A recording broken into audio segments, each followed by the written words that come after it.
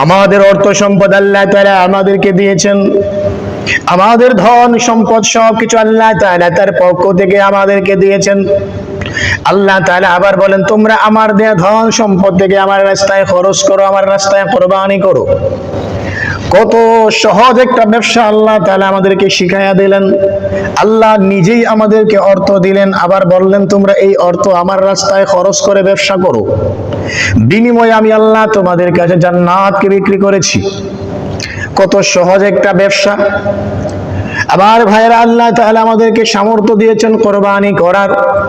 যদি সামর্থ্য থাকা সত্ত্বেও আমরা কোরবানি না করি, এমন মানুষ সমাজে অভাব নাই যাদেরকে আল্লাহ অর্থ সম্পদ দিয়েছেন, ধন সম্পদ দিয়েছেন, কিন্তু সে আল্লাহর রাস্তায় কোরবানি করে না, আল্লাহর রাস্তায় খরচ করে না। আল্লাহ তাআলার হুকুম থেকে, আল্লাহ তাআলার দ্বীন থেকে সে অনেক গাফেল। এমন মানুষ অভাব নেই। আল্লাহ তাআলা বলেন, বান্দা আমি তোমাকে ধন সম্পদ দিয়েছি, আবার সেই ধন সম্পদ থেকে আমার রাস্তায় খরচ করার জন্য আমি তোমাদেরকে আহ্বান করতেছি।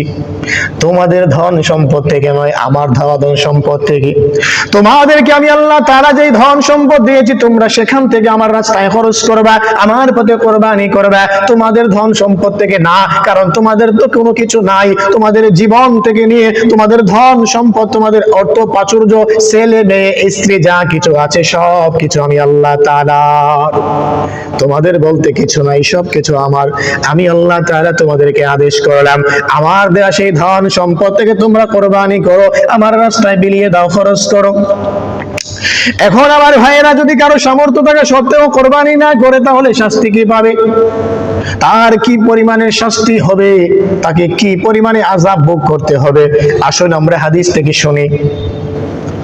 মুসনাদে আহমদের 2 নম্বর খণ্ড 321 নম্বর পৃষ্ঠা, আল মুস্তাদরাক লিল হাকিম, এই কিতাবের 7639 নম্বর হাদিস, আবু হুরায়রা রাদিয়াল্লাহু তাআলা আনহু থেকে বর্ণিত, তিনি বলেন, قال النبي صلى الله عليه وسلم من وجد له ساعة فلم يضحي فلا يقربن مصلنا। আবু হুরায়রা রাদিয়াল্লাহু তাআলা আনহু বলেন, নবী করিম সাল্লাল্লাহু আলাইহি ওয়াসাল্লাম বলেছেন, মান ওয়াজাদা লাহু সাআতুন, যাকে আল্লাহ তাআলা সামর্থ্য দিয়েছেন, কোরবানি করার শক্তি দিয়েছেন, অর্থ দিয়েছেন, সুযোগ সুবিধা আল্লাহ করে দিয়েছেন, তুমি কোরবানি করো। ফালাম ইউদাহি, আল্লাহর দেওয়া ধন সম্পদ পাওয়ার পরে, আল্লাহ তাআলার দেওয়া ধন সম্পদ থাকা সত্ত্বেও ওই ব্যক্তি কোরবানি করে নাই। ফালাম ইউদাহি, সামর্থ্য থাকা সত্ত্বেও সে কোরবানি করে নাই।